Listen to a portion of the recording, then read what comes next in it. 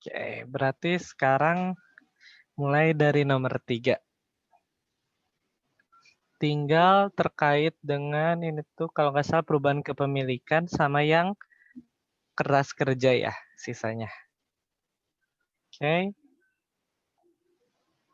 berarti kita mulai dari yang ini dulu ya. Dari yang nomor 3 di sini terkait dengan perubahan kepemilikan. Nah, di sini kan ada 2 nomor nih, ada yang A sama yang B. Nah, kalau yang A ini transaksinya tuh kalau nggak salah pembelian. Itu transaksinya pembelian.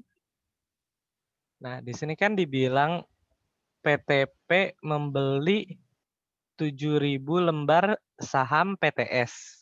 Nah, di sini dibilang juga 7.000 lembar itu setara 70%. Berarti kalau 100%-nya setara berapa? Tinggal kita proporsiin aja kan, kayak 100/70. Supaya nanti bisa ketemu, berarti 10.000 ya. 10.000 lembar total kepemilikannya. Oke, kemudian apa? Tanggalnya juga jangan lupa, kayak biasa tanggal itu selalu harus kita perhatikan. Di sini transaksinya 2 Januari 2018 katanya. Nah, dia belinya itu dengan cost-nya itu sebesar 105.000. Kemudian katanya waktu transaksi tersebut ekuitasnya si S itu terdiri dari capital stock atau share capital 100.000, kemudian ada juga RE 20.000. Nah, dibilang juga nilai buku netonya itu sama dengan nilai wajarnya. Nah, berarti kalau ada selisih itu pasti dia alokasiin ke goodwill. Kalau misalkan di sini nggak ada dibilang, di sini kan nggak ada dibilang alokasiin ke paten atau ke yang lain. Berarti kalau misalkan ada selisih langsung ke goodwill gitu. Jadi aturan umumnya gitu, kalau nggak dibilang dialokasiin kemana, langsung aja tinggal alokasiin ke goodwill. Oke. Kemudian berikutnya tuh diketahui RE 1 Januari 2019. Berarti kan posisi tahun depan. RE awal tahun depan katanya naik menjadi 50.000. Kemarin kan di 2018 katanya 20.000. Terus sekarang udah jadi 50.000. Berarti kan kelihatan nih ada peningkatan sebesar kurang lebih 30.000 ya. Selama 1 tahun itu. Kemudian ini apa? Pada 1 Juli 2019 katanya PTP nambah lagi nih, dia beli lagi sebanyak 2.000 lembar saham PTS dari bursa. Nah, kalau belinya dari bursa berarti bisa dibilang itu kalimatnya sama aja kayak beli dari NCI. Beli dari NCI, berarti ini bukan penerbitan baru, tapi pembelian biasa.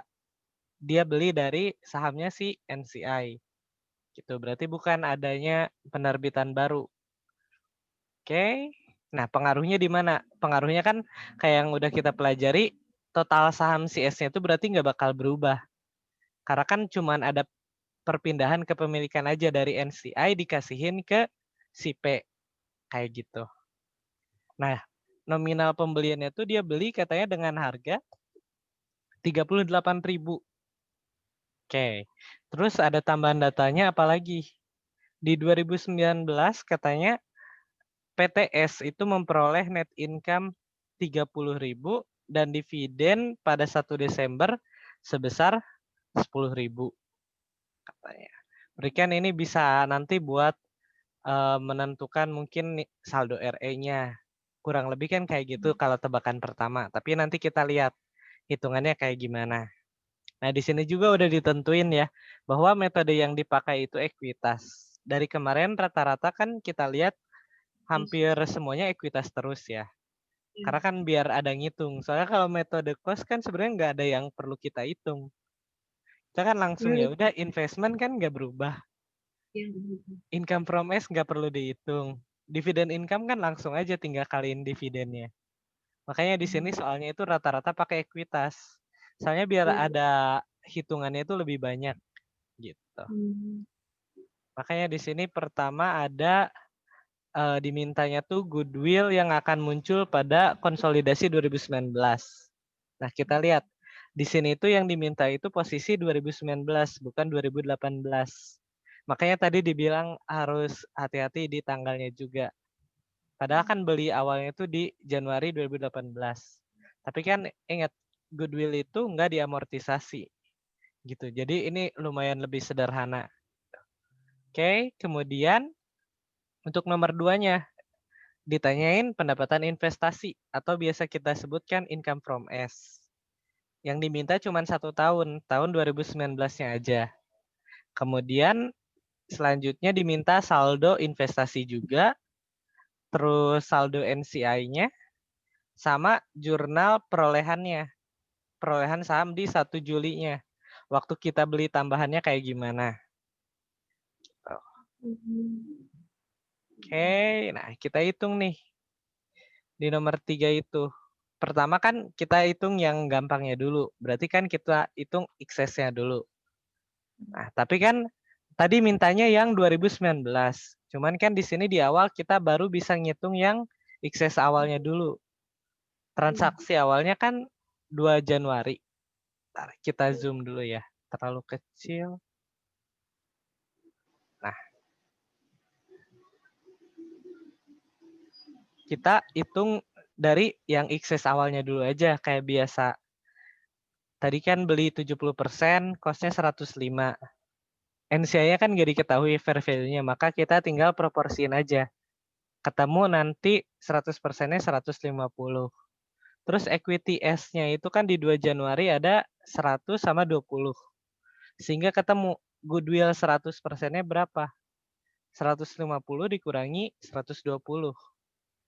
Ini masih kayak biasa, belum ada yang baru. Tapi kan kita tadi itu 70% ya. Berarti kalau 70% kita baru punya cuman 7 kali 3, 21.000 ya. Nah, tapi ini belum jadi jawaban. Kenapa? Karena ini kan masih 2 Januari 2018. Sedangkan yang diminta itu kan di 31 Desember 19. Berarti kan stepnya masih belum selesai nih. Nah, caranya gimana buat ngitung selanjutnya? Sebenarnya caranya sederhana banget. Kenapa? Karena kan goodwill nggak ada amortisasi. Berarti kan harusnya nilainya nggak bakal berubah kan, tetap 21.000. Tapi ini kan materinya, materi perubahan kepemilikan. Nah, kepemilikan kita kan sekarang udah pindah. Waktu tadi itu tanggal 1 Juli ya, atau 2 Juli. Bentar, lupa. 1 Juli ya. Nah, di 1 Juli kan kepemilikan kita udah ganti. Di 1 Juli itu kita beli tambahan 2.000 lembar. 2.000 lembar kan kalau kita hitung setara 20%. Berarti kepemilikan kita di 31 Desember 2019 itu berapa sih? 90%. Maka goodwill yang kita miliki sekarang berapa? Tinggal 90% kali yang 30.000 tadi. Berarti kan hak kita atas goodwill-nya sekarang 27.000. Kenapa? Karena kan asalnya kita sebenarnya cuma punya 21.000. Terus sisa 9.000-nya kan dipegang sama NCI. Nah, tapi kan sebagian dari NCI udah kita ambil. Ini kan 9.000 itu setara 30%. Nah, 20%-nya kita ambil. Atau kalau kita proporsiin kan 2/3-nya. 2/3-nya kita ambil nih. Tinggal kalian aja 2/3 kali 9.000 kan 3.000 kali 2, 6.000 ya. 6.000 kita tambahin dengan yang 21.000 tadi. Jadi 27.000. Atau kalau nggak mau ribet ya udah tinggal lihat aja.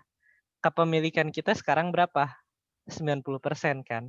Berarti tinggal 90% kali 30.000 tadi yang awal. Jadi total goodwill yang menjadi hak kita itu adalah sebesar 27.000. Gitu. Kak mau tanya. Ya, gimana? Kita nggak nyari goodwill yang 2019, masih pakai yang 2018. Nah, karena excess itu dicari kapan? Di waktu awal itu sih, awal dulu. Nah, Benar. Oke. Kunci konsepnya tuh excess itu kita cari ketika akuisisi. Iya. Ketika akuisisi. Nah, sekarang di 1 Juli, ini posisinya kita lagi mengakuisisi perusahaannya atau enggak? Enggak. Enggak kan?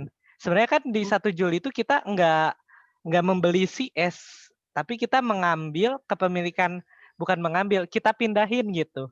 Kan asalnya tuh komposisinya ya, kalau kita tulis itu kan S itu 70% P, 30% NCI.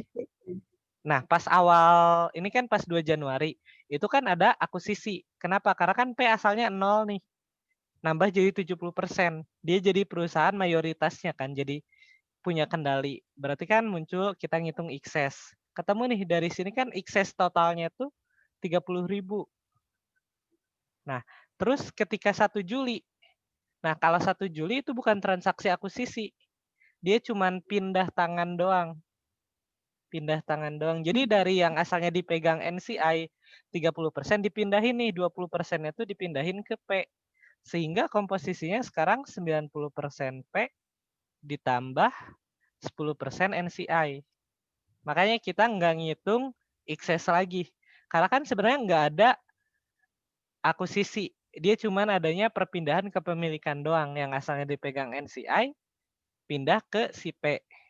Nah, yang kita ngitung ulang excess itu kan ketika kepemilikan bertahapnya tuh yang baru terjadi akuisisi. Kalau kemarin kan yang asalnya kalau nggak salah tuh di slide tuh coba kita buka.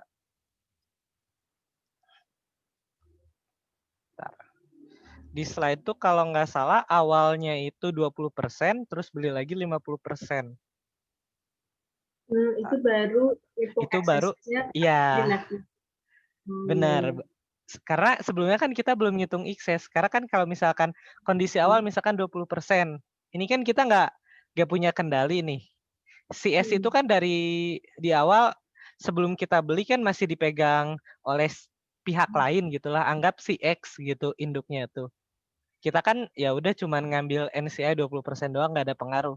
Tapi ketika kita tambah lagi misalkan 50%, jadi 70%, ini kan bisa kita bilang kita akuisisi nih, kita ambil perusahaan S jadi milik kita. Nah, berarti kan akuisisinya tuh baru terjadi di sini. Makanya kita hitung excess-nya di sini. Di 20% kan belum kita hitung. Gitu. Nah, yang mana ini? Nah, yang step by step ini. Nah, ya ini kan ya, kalau nggak salah step by step. Nah, bertahap. Ini kan awalnya katanya cuman punya 20%, terus beli tambahan 50%. Makanya kan kita di sini baru ngitung excess-nya. Gitu. Di sini kan nggak ditambahin excess yang lama kan. Ini kan benar-benar baru ngitung di sana excess-nya itu. Karena tadi konsepnya excess itu dihitung ketika adanya akuisisi. Gitu. Oke. Ada pertanyaan lagi? Oke, nggak ada Kak. Oke. Berarti yang goodwill-nya udah clear ya. Terus tadi kan pertanyaan kedua tuh income from S yang mana tadi itu? Pertanyaannya tuh 2019 aja ya. 2019. Bentar. Belum kebuka yang ini ya. Biar bisa kita coret-coretnya lebih luas. Nah, tadi, nah, sorry, soalnya. Nah, di sini kan berarti kita ada dua waktu gitu. Ada yang pre sama ada post acquisition. Biasanya kan kayak gitu. Kita bikinnya tuh. Pre sama post. Nah, sebenarnya ini ada beberapa alternatif cara sih buat ngitungnya tuh. Nah, ada cara yang ribet, ada yang cara gampangnya gitu. Di sini nanti kalau di Excel-nya kan kelihatan nih, ada contohnya waktu ngitung saldo investment tuh ada cara alternatif 1, ada cara alternatif 2, sama cara yang versi panjangnya. Tapi bentar ya, sebelum ke sana kita buka ini dulu. Nah, biar bisa dicoret. Oke, income from S kan sebenarnya konsep ngitungnya masih sama. Kita masukin net income-nya berapa, terus nanti kalau ada amortisasi berapa. Tapi kan karena tadi kan cuman goodwill doang, berarti kan otomatis nggak ada amortisasi. Terus nggak ada intercompany. Berarti yang kita ambil cuman dari mana? Cuman dari si net income-nya aja. Gitu. Nah, tapi ini sebenarnya belum belum dicek keseluruhan sebenarnya ini udah jawabannya udah benar atau salah. Cuman kalau sepemahamanku berarti ini ada dibagi dua. Ada yang sampai 1 Juli, terus dari Juli sampai Desember. Nah, terus buat ngecek ini udah benar atau belum. Nah, waktu dicek di hitungannya itu, mana?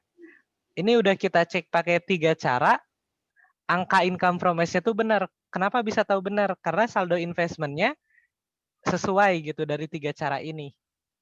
Gitu. Jadi kemungkinan besar ini caranya udah benar karena udah kita cross check. Kita pakai cara pertama, kedua sama cara ketiga yang pakai income from S itu hasil saldo investmentnya sama. Berarti kan bisa dibilang dengan aman ini udah benar gitu kan hitungannya. Nah pertanyaannya mungkin, kenapa sih kita ribet gini? Kenapa nggak langsung misalkan income from S-nya kan tinggal langsung 90% kali net income. Kenapa nggak kayak gitu? Nah, kan kalau kita gambar timeline-nya, tadi itu ini 1 Juli, ini 1 Januari, semua 2019 ya yang ini. 31 Desember. Nah, dari 1 Januari sampai 1 Juli, kita kan di sini baru cuman punya berapa haknya? Di sini kan kita cuman berhak atas 70%-nya aja. 70%-nya kita ambil, 30%-nya diambil sama si NCI. Nah, baru setelah 1 Juli sampai 31 Desember, komposisinya udah berubah. Sekarang kita berhak atas 90%-nya, NCI 20%. 10% ya. 10%. Nah, makanya waktu ngitung income from S, kita nggak langsung 90% kali net income. Tapi kita pecah jadi 2 komponen. Ada periode dari 1 Januari sampai Juli, terus nanti dari Juli ke Desember. Kenapa sih ribet-ribet kayak gitu? Karena kalau misalkan kita langsung full 90% kali net income, ini nanti jadi over. Kenapa over? Karena waktu 1 Juli kan kita beli dari NCI. Beli NCI. Saldo NCI itu dari mana? NCI kan dari saldo awal tambah NCI expense sampai 1 Juli. Yang mana NCI expense itu kan dia itu dapat dari 30% net income. Berarti kan nanti ini kelebihan. Ini nanti over sebesar 20%-nya itu ketulis double gitu. Karena kan dari saldo NCI itu kan ini udah ada 20%-nya juga. Makanya kita hitungnya itu harus dibagi 2. Gitu. Ini kan mungkin kelihatan, oh ini soal gampang tinggal 90% kali net income, tapi enggak. Income from S-nya tuh harus kita pecah. Gitu. Kenapa? Karena di saldo NCI yang kita beli, kalau kita kotakin di sini kan udah ada bagian net income yang diakui sama dia. Buat mengupdate saldonya kan di 1 Juli itu kita update dulu nanti saldo NCI-nya. Ketika ngupdate saldo NCI otomatis kita mengakui 30% net income untuk NCI kan. Makanya kita nanti di sini harus dibagi gitu. Jadi di sini ada 2. Dari net income sampai 1 Juli, terus sisanya dari 1 Juli sampai Desember. Gitu. Intinya harus kita pecah. Ini sama kayak konsep interim gitu. Sama kayak konsep interim kan kita pecahin ada ada masa pre-nya sama ada post-nya. Cuman ini kan sebenarnya bukan akuisisi, tapi cuman pembelian doang. Nah, tapi income from S juga sama, pakai konsep ini. Jadi ada income from S ketika pre-acquisition sama income from S ketika post, tapi bukan akuisisi, post pembelian gitu. pre-purchase sama post-purchase. Tuh. Ketika pre kan kita masih berapa? 70%. Berarti kita kaliin itu 70% kali net income sampai dengan 1 Juli. Nah, terus yang post itu kan sekarang udah 90%. 90% kali net income sampai dengan 31 Desember dari 1 Juli ya. Nah, yang jadi masalah di sini kan net income-nya cuma total. Berarti kan harus kita bagi dulu. Harus kita pecah dulu. Di sini kan net income-nya 30.000 ya. Net income total kan 30.000. Nah, sebenarnya kan tinggal proporsiin aja, kita asumsiin sama rata aja. Karena kan nggak diketahui juga per bulannya gimana. Tinggal dihitung yang pre-purchase itu kan sampai Juli itu berarti 6 bulan. 6 bulan ya pas. Berarti langsung aja kan tinggal bagi 2. Berarti yang pre-purchase itu 70%-nya kali 15.000. Yang after juga kebetulan sama-sama kali 15.000. Cuman sekarang 90%. Kali 15.000-nya. Sehingga hasilnya jadi yang pre-purchase 10.500, yang after 13.500. Totalnya jadi 24.000 income from S-nya itu. Gimana? Ada pertanyaan dulu nggak? Oke, enggak, Kak. Oke. Nah, terus yang ketiga, kita kan diminta buat nyari saldo investment. Di sini kan ada banyak caranya ya. Di sini dikasih tiga alternatif. Jadi ada yang pertama itu versi yang paling panjang dan versi paling ribet. Sangat tidak direkomendasiin. Apalagi kalau waktunya terbatas. Yang paling enak itu kita pakai yang ini, yang alternatif kedua. Kita pakai rumus yang kayak biasa sebenarnya. Tinggal income from S, dividen, kayak gitu. Cuman yang cara alternatif kedua ini, resikonya itu di income from S-nya. Karena tadi kan income from S-nya kita ragu nih, ini caranya udah bener atau belum. Gitu. Nah, cara yang paling gampang, tapi paling akurat, itu yang alternatif ke-1. Ini paling gampang dan bisa dibilang resikonya paling minim, bukan paling akurat ya, karena kan semuanya hasilnya sama. Resiko paling minim itu di cara alternatif yang pertama. Kenapa? Karena kita ngitungnya langsung dari saldo si S. Saldo awalnya S berapa tadi? Ketika awal akuisisi kan 100%-nya itu kan setara 150.000 ya. 150.000. Terus kita kali 70% baru ketemu saldo awalnya investment. Nah, tapi kita nggak langsung kaliin ke investmentnya. Jadi kita hitung dulu saldo awal kan 150. Terus kita tambahin kenaikan 2018. Tadi kan udah kita hitung ya. Selama 2018 S itu naik 30.000. Iya. RE-nya kan dari 20 jadi 50.000. Berarti kan tadi dibilang ada kenaikan sebesar 30.000. Bentar, mana tadi? Nah, ini. Makanya di sini kita tambahin. Oh, berarti tambahin kenaikan 2018. Berarti sampai sini ini kan saldo di 31 Desember 2018. Tapi kan yang diminta 2019. Berarti kan kita tambahin lagi nih. Nah, kita tambahin apa? Kita tambahin net income-nya. Terus kita kurangi dividennya. Ketemu. Ini yang 2019. Berarti saldo akhir 31 Desember 2019 itu 200.000. Nah, di sini baru kita tinggal kaliin aja. Kali 90%. Langsung ketemu. Saldo P-nya itu 180. Resiko salahnya sangat kecil kalau yang ini. Karena komponennya semua pakai komponen yang pasti. Kenaikan ini kan delta RE. Delta RE kan sebenarnya net income dikurangi dividen. Makanya di 2019 kan kita pakai rumusnya net income kurangi dividen itu. Nah, yang ini paling resikonya itu paling kecil. Dan paling gampang sebenarnya. Kita tinggal 90% kali saldonya S. Saldonya S kan tadi 200.000 udah kita hitung. Berarti ya udah tinggal 90 kali 200.000 ketemu 180. Ini cara paling gampang banget gitu dan resiko salahnya dikit. Kalau cara yang alternatif kedua, kita langsung hitungnya tuh per saldonya investmentnya.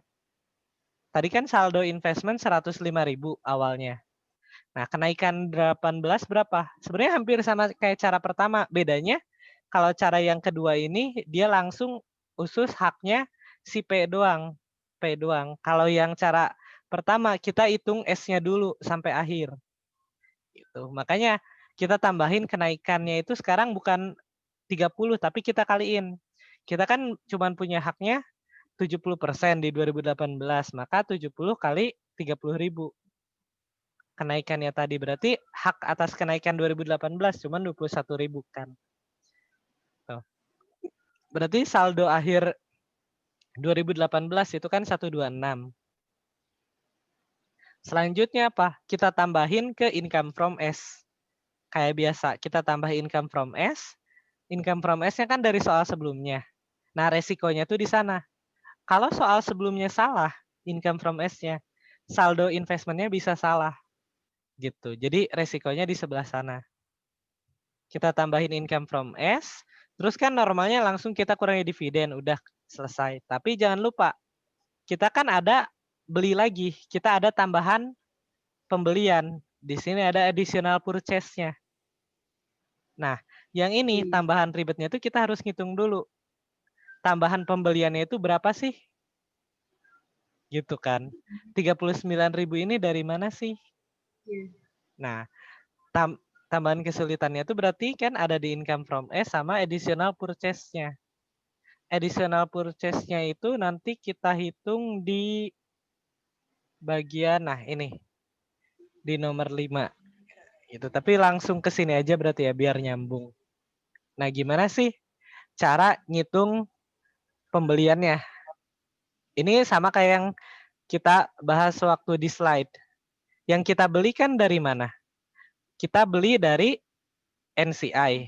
Berarti kan kita harus nyari carrying value atau book value-nya NCI.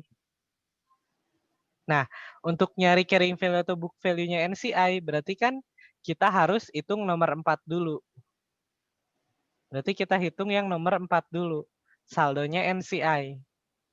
Gitu. Jadi buat ngerjain nomor 3, cara alternatif yang kedua tadi, kita harus ngitung saldonya NCI dulu.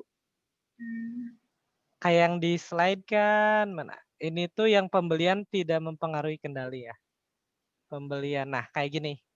Konsep dasarnya gini kan, kita pengen nyari berapa sih si ini nih, carrying value NCI-nya. Karena kan kalau pembeliannya kita udah tahu nih, cash yang kita bayarkan berapa, tinggal carrying value NCI-nya berapa. Caranya sama persis. Bedanya apa? Di sini komponennya lebih banyak gitu. Kalau yang di ilustrasi waktu di slide kan dia cuman ya udah kenaikannya 1 kali doang, udah selesai. Kalau yang sekarang itu 2 tahun soalnya kan. Pertama kan ada saldo awal, terus ada kenaikan. Masih sama kan, sampai yang Desember 2018 itu masih sama semua. Jadi nggak ada yang aneh-aneh sampai yang Desember 2018. Nah, kemudian kita harus update saldonya itu kan carrying value itu harus sampai tanggal transaksi. Transaksinya kan 1 Juli, berarti harus kita cari kenaikan sampai 1 Juli berapa. Nah, yang 4.500 ini yang tadi NCI expense yang sampai dengan 1 Juli. Tadi kan NCI expense sampai 1 Juli itu masih 30%. Terus net income-nya kan dibagi 2 tadi itu 15.000. Berarti kan 30% kali 15.000 itu setara 4.500. Gitu. Nah, ini tuh resikonya di sini juga. Ketika nyari NCI expense-nya, benar atau salahnya itu. Jadi agak beresiko gitu. Kalau misalkan salah ngitung NCI expense-nya, ke bawahnya juga pasti salah. Cuman kita kan biar sekalian nyambung gitu pakai cara yang kedua tadi. Kita update, ketemu saldo yang 1 Juli. Setelah ketemu saldo 1 Juli, Nah, mungkin ada pertanyaan dulu, kenapa nggak ada dikurangi dividen? Karena dividennya kan baru tanggalnya tanggal berapa dividen? 1 Desember. Iya kan? Sedangkan di sini kita cuma update sampai yang Juli. Berarti kan belum ada gitu dividennya itu pas transaksi kan, belum ada dividen. Makanya kita cuman tambahin NCI expense-nya aja. Tuh. Nah, habis di sini kan 58.500 kan 30%. Tapi kan yang kita beli berapa? Yang dibeli kan cuma 20% ya. Tinggal di proporsiin aja. 20/30 kali 58.500. Kan yang kita ambil 20%-nya kita ambil. Gitu. Berarti ketemu nih. 20% yang kita beli itu carrying value atau book value-nya 39.000. Gitu. Sehingga nanti di sini kita masukin tambah additional purchase 39.000. Nanti ketemu deh saldo investment-nya. Gitu. Kalau NCI-nya gimana? NCI-nya kan tinggal ditambah sisa kenaikannya. Sisa kenaikan ini dari mana? Sisanya kan 10%. Kali setelah Juli sampai Desember kan masih 15.000 sama net income-nya. Berarti kan bentar. 10% kali 15.000 bukannya 1.500 ya? Iya. Atau salah hitung? Bentar. Itu Salah 15.000 hitung kah? dari mana ya? Bentar ya, kita cek dulu. Takutnya salah hitung. Oh, sorry. Di sini rumusnya udah langsung digabung ya di Excel-nya. Nah, 15.000 dari mana? Dari yang net income tadi. Net income-nya kan kita pecah tadi. Ada yang sampai 1 Juli, terus ada yang sampai 31 Desember. Yang tadi kan kita asumsikannya sama ya. Ini kan sampai 1 Juli 6 bulan, berarti 15.000. Ini juga 15.000. Jadi dibagi rata asumsinya. Tadi kan net income-nya 30.000. Oh gitu. Iya ya. Ya. Nah, terus Emang selalu gitu ya Kak? Emang selalu dibagi rata aja gitu ya Kak? itu asumsi sebenarnya. Karena kan di akuntansi selalu kan. Kita hampir tiap soal pasti selalu ada asumsi gitu. Kenapa? Karena soalnya nggak lengkap kan, nggak pernah lengkap gitu. Kayaknya jarang banget nemu soal yang nggak ada asumsinya. Di sini kan kebetulan nggak ada keterangan kan. Net income sampai Juli kita nggak tahu gitu kan. Nah, yang paling apa ya, bisa dibilang asumsi yang paling masuk akal dan paling bisa diterima kan ya udah bagi rata aja kan. Itu fair banget dan berlaku umum juga kan kalau kita bagi rata. Karena kan sampai Juli 6 bulan, sampai Desember 6 bulan, jadi dibagi rata aja. 6 bulan, 6 bulan. Betul, kayak gitu. Jadi kita bagi rata. Karena kan 6 bulan berarti kan setengah-setengah. Iya. Nah, sama di sini lupa ya, dia pakainya langsung ke delta RE-nya. Biar simple soalnya di Excel-nya. Delta RE-nya berapa? Ini kan baru net income-nya yang 15.000. Terus kan ada dividen. Dividen 1 Desember kan itu tuh 10.000 ya kalau nggak salah. 15.000 dikurangi 10.000. Itu kan berarti sisanya berapa?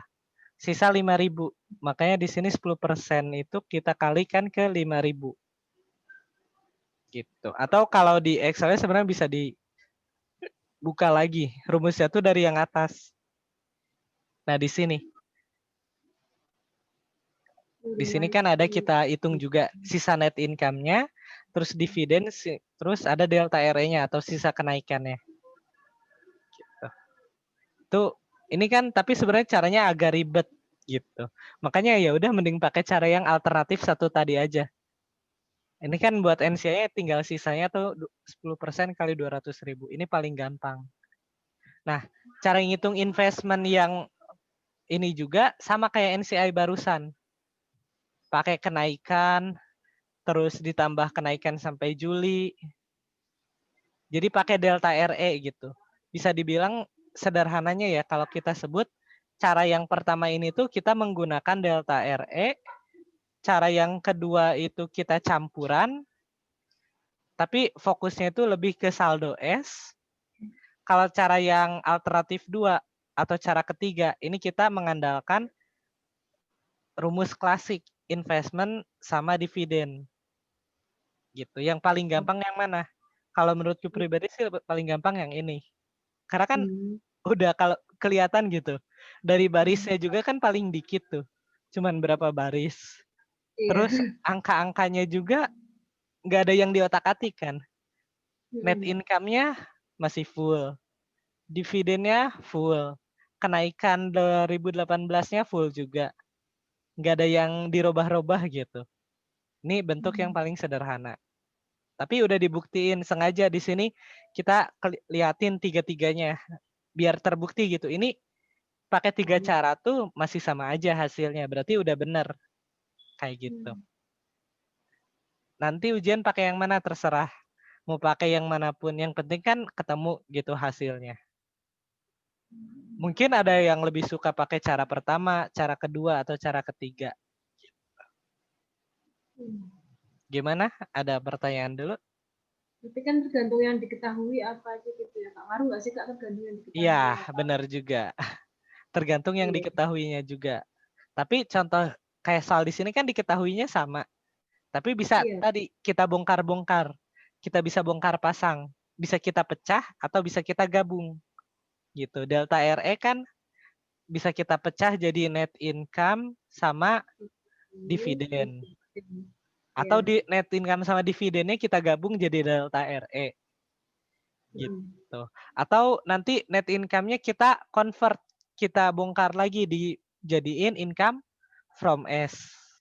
Bisa juga kan. Karena sebenarnya ini kan berhubungan.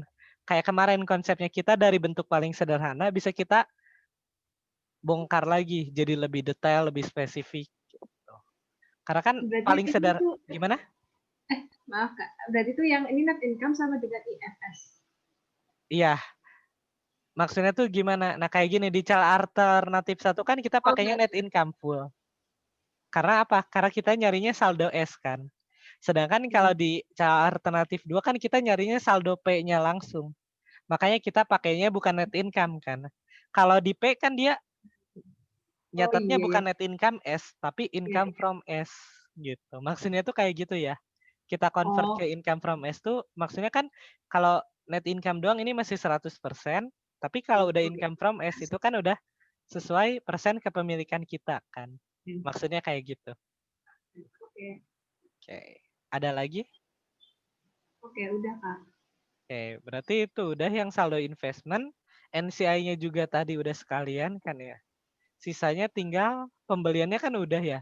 Tadi sekalian dihitung waktu NCI, tadi kan ketemu carrying value NCI-nya 39.000, terus pembeliannya tinggal lihat aja di soal kan ini dibilang dia beli dengan harga 38.000. Berarti kan ini gain. Kenapa? Karena kita bayar 38.000 padahal dapatnya 39. Tapi karena tadi, ini kan nggak ada mempengaruhi kendali. Dari 70 ke 90 kan masih tetap. Makanya kita pakainya jadi share premium. Kita jadiinnya share premium. Gitu. Kalau yang satunya tuh kalau ya kalau yang mempengaruhi kendali, satunya lagi itu pakai yang gain or loss. Oh iya. Gitu. Kalau misalkan ini 70 jadi 20 gitu. Sorry. Ini jadi akunnya pakai gain or loss. Kalau yang 70-90 yang barusan itu pakainya share premium. Atau additional PC. Iya, atau additional paid-in capital. Tergantung dosennya masuk aliran yang mana atau dibebasin gitu. Tapi intinya sama aja kan. Gimana? Ada pertanyaan lagi? Oke, udah. Udah ya. Berarti lanjut ke yang bagian B-nya. Nah, kalau yang B ini udah kelihatan jelas ya, singkat sebentar juga. Ini ada kata-kata treasury share. Berarti kan ini jenis yang dia itu pakai treasury share. Nah, treasury share itu kemarin tuh kita kasih contohnya itu dia kan tidak mempengaruhi kendali. Tapi buat mastiin kita cek lagi nanti hitungannya. Benar nggak nih tidak mempengaruhi kendali? Tapi kalaupun mempengaruhi kendali sebenarnya kan nggak ada pengaruh. Tinggal ganti aja kan share premium ke gain or loss. Gitu. Cuman yang penting tuh kita tahu, oh ini tuh jenisnya treasury share. Nah cara ngitungnya gimana? Jadi biar tahu aja cara apa yang harus dihitung sama cara ngitungnya gimana. Masalah mempengaruhi atau tidak kan itu cuman ganti jurnalnya aja kayak yang tadi dibilang. Share premium atau gain or loss. Oke, kita mulai. Pertama di sini dibilang PT YDH itu membeli 60% sahamnya PTM. Yang beredar itu ada 1 juta lembar. Berarti kan tinggal kita kaliin. Berarti kita belinya 600.000. 600.000 lembar. Nominalnya sebenarnya ini nggak penting. Nominal per lembarnya. Karena kan kita tahu kemarin kan yang penting ya udah saldonya. Terus kita tahu juga jurnal treasury share itu kan nanti dia nggak bakalan munculin share premium. Maksudnya tuh di jurnal si PT Melatinya ya. Di PT Melatinya kan dia nggak bakal ada share premium atau semacamnya. Kita nggak bakal pakai nominal di sini. Kenapa? Karena kan treasury share itu dia pakai konsep at cost. Gitu. Jadi nilai nominalnya tuh ketika pertama dia beli atau sebesar cost-nya dia. Makanya nominal di sini tuh sebenarnya nggak penting. Makanya nggak di-highlight gitu.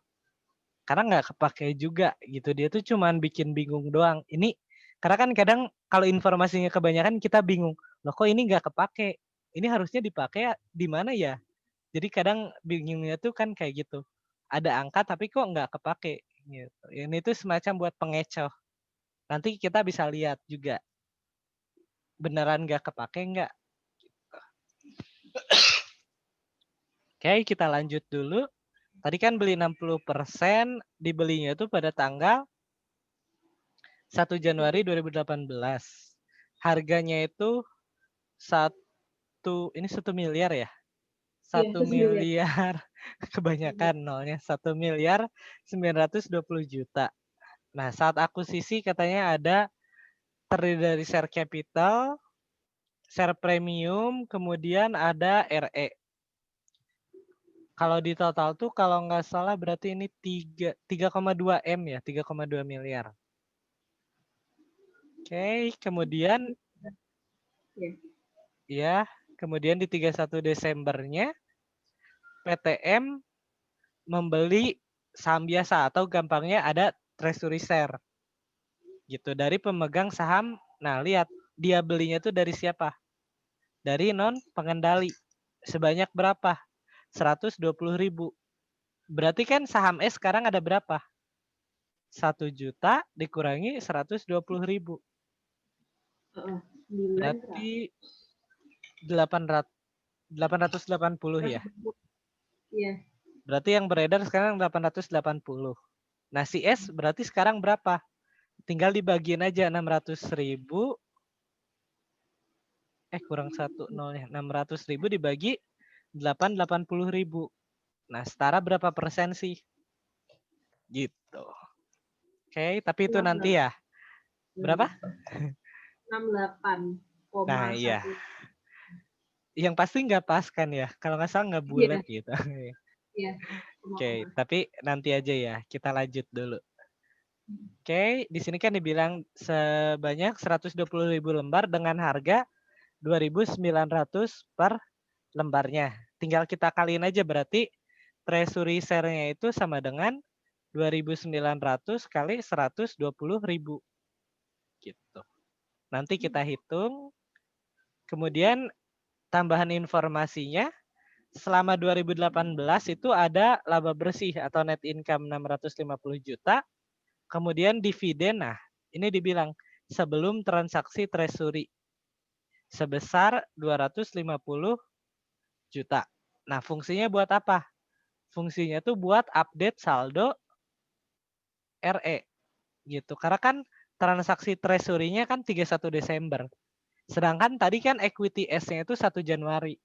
Makanya kita harus nanti update dulu saldo RE-nya. ke 31 Desember. Gitu. Terus yang diminta apa aja? Jurnal treasury-nya, kemudian menghitung perubahan kepemilikannya, sama yang terakhir itu dampaknya, gain or loss atau naik atau turunnya. Gitu. Oke, yang ini cukup sederhana juga. Jadi kan pertama tadi yang udah kita bilang, beli 60% berarti kan setara berapa? 600.000. Kok error ininya? Nggak bisa dihapus. Nah, oke. Tadi kan udah dibilang ya, berarti 600.000 dari mana?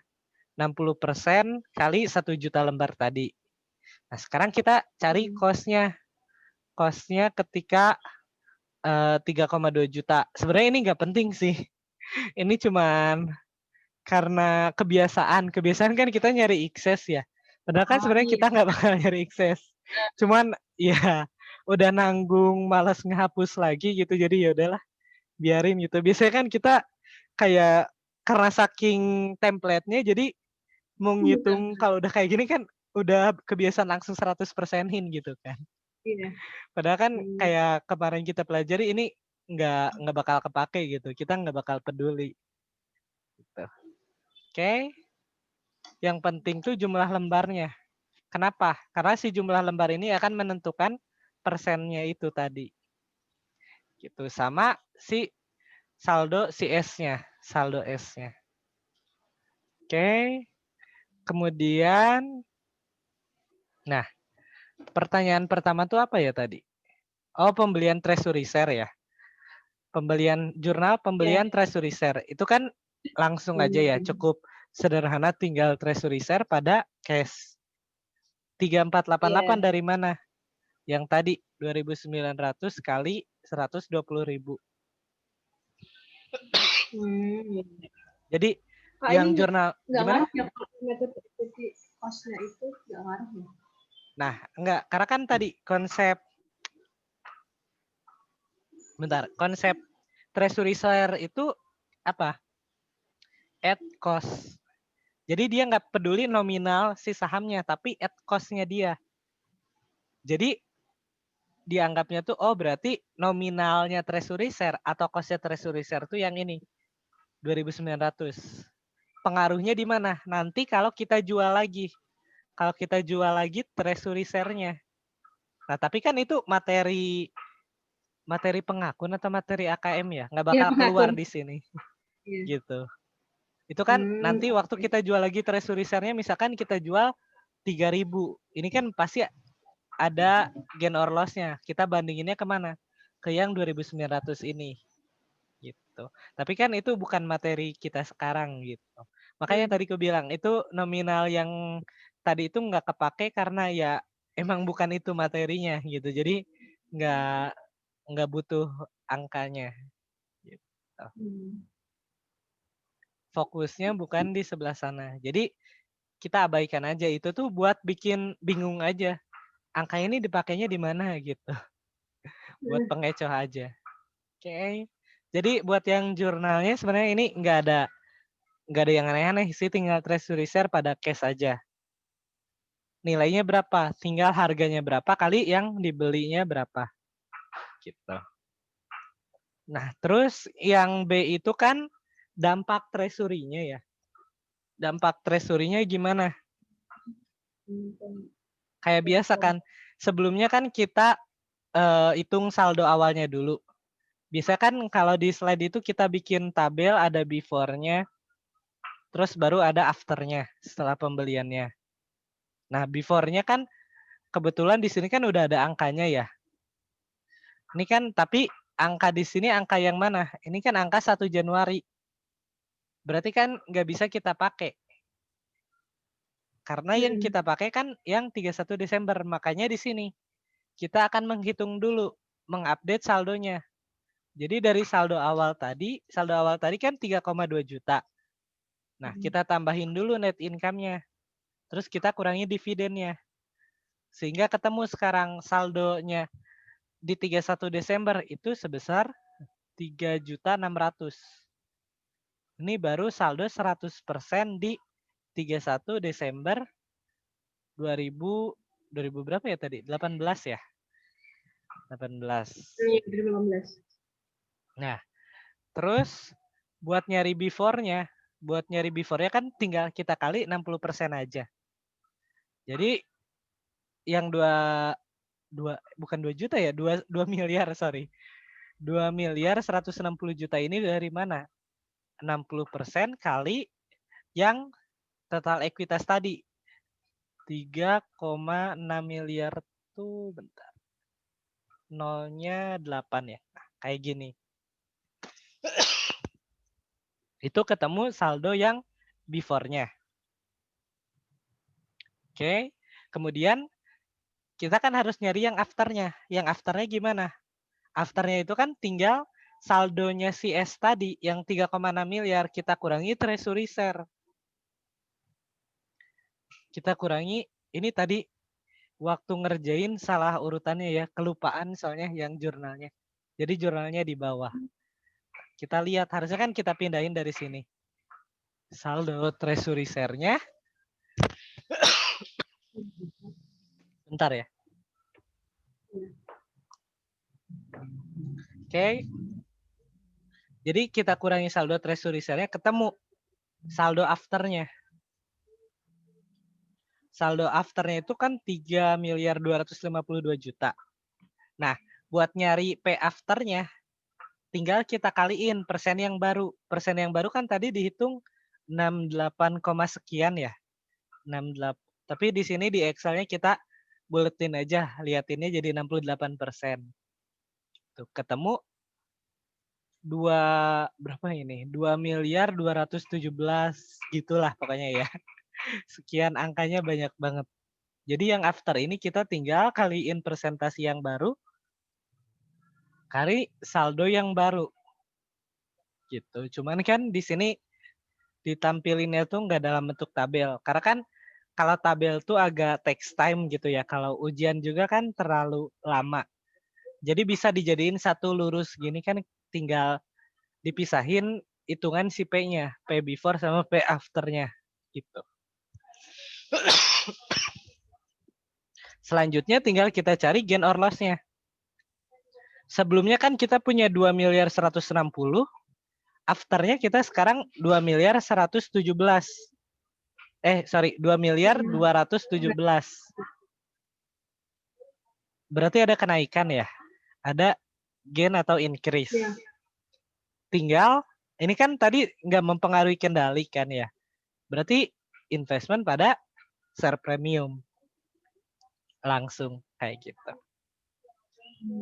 Jurnalnya nggak ada yang perbedaan. Caranya juga masih sama persis kayak yang di tabel ini. Cuman kan kita sekaligusin aja saldonya dilurusin ke bawah. Hitungan P-nya baru dipindahin ke samping. Tuh. Gimana? Ada pertanyaan buat yang ini? Oke, belum ada, Pak. Oke, berarti tinggal yang nomor 4-nya. Gitu kan.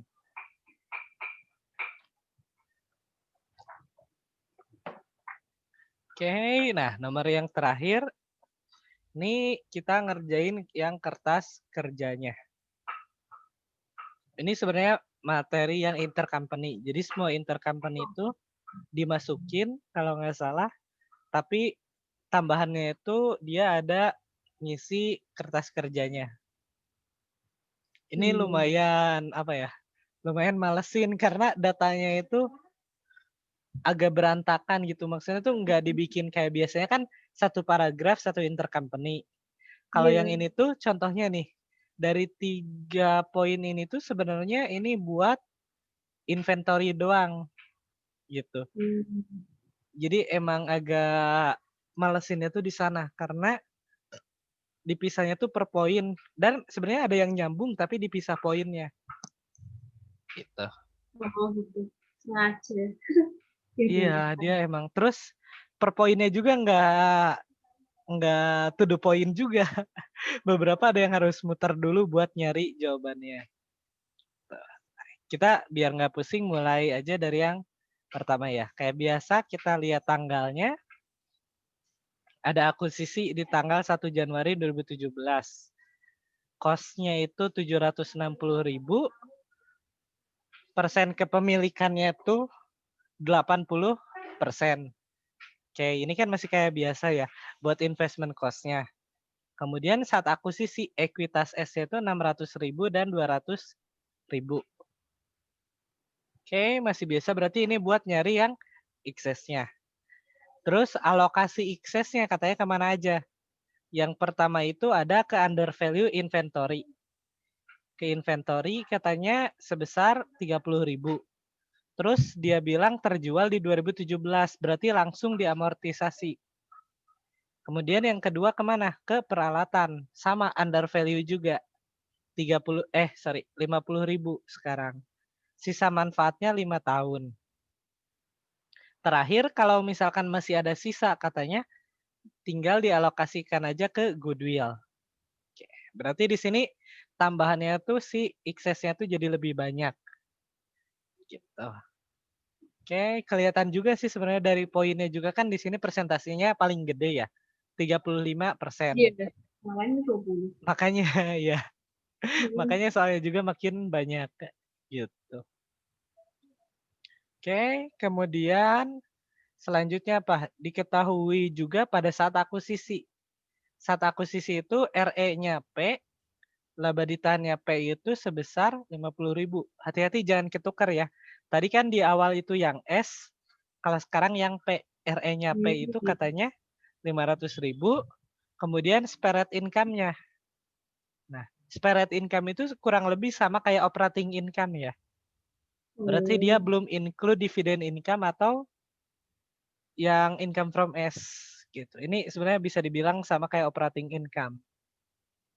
Gitu.